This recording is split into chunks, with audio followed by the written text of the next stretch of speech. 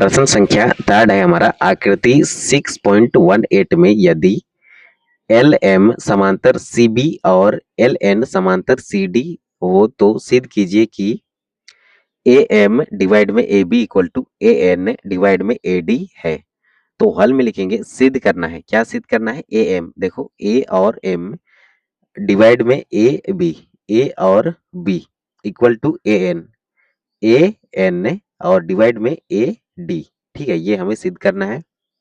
तो हम यहाँ पर लेंगे त्रिभुज ए बी सी में दिया है।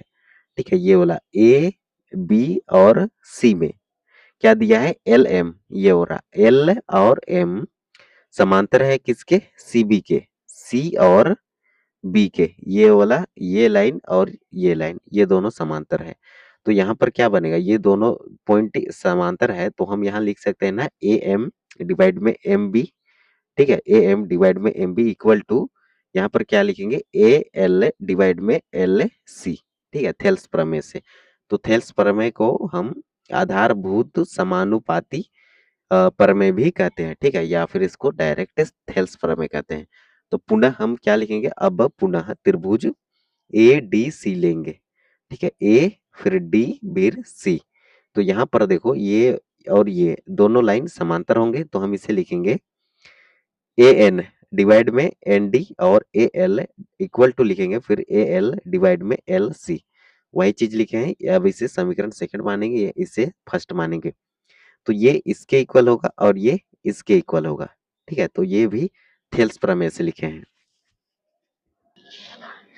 अब समीकरण फर्स्ट और सेकंड से लिखेंगे और ये होगा ए एम डिवाइड में M B equal to A N divide में एन डी। तो दोनों समीकरण का लेफ्ट साइड वाला को लिए हैं। ठीक है, अब इसे पलट देंगे तो हम इसे लिखेंगे एम बी। ठीक है, एम बी ये वाला को ऊपर ले गए और ए एम को नीचे ले आएंगे इक्वल टू ये एन डी को ऊपर ले गए और ए एन को नीचे ला दिए। ठीक है, आप इसको ऊपर नीचे लिख सकते हैं।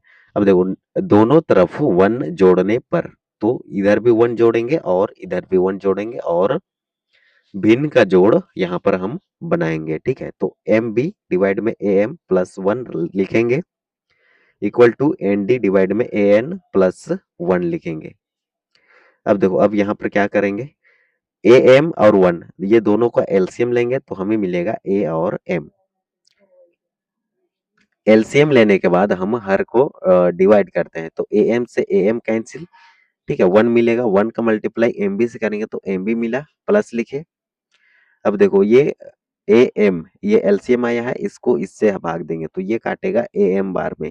तो ए एम का मल्टीप्लाई वन से करेंगे तो ए एम मिला इक्वल टू, या फिर इसको शॉर्टकट मेथड है ए एन का और वन का एलसीएम ए एन होगा, फिर इसका क्रॉस मल्टीप्लाई करो। एन डी का मल्टीप्लाई वन से N D plus A N का मल्टीप्लाई वन से तो ए एन होगा।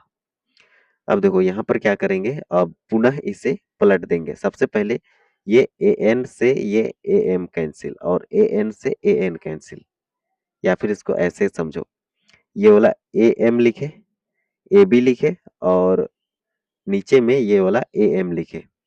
ठीक है, और इक्वल टू लिखे ये ए डी लिखे। एक मिनट, ये M B plus A M आकृति में समझो इसको, M B plus A M.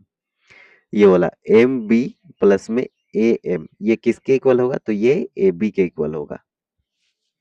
ठीक है, कैसे? देखो एम बी इसका दूरी और ए एम इसका दूरी, ये दोनों का दूरी किसके किसके दूरी के बराबर होगा? ए और बी के दूरी के बराबर होगा। ठीक है, तो ये दोनों की जगह पे हम केवल लिखेंगे ए बी और एन डी और ए एन। देखो एन डी और ए एन ये दोनों का दूरी किसके दूरी के बराबर होगा? ए और डी के दूरी के बराबर।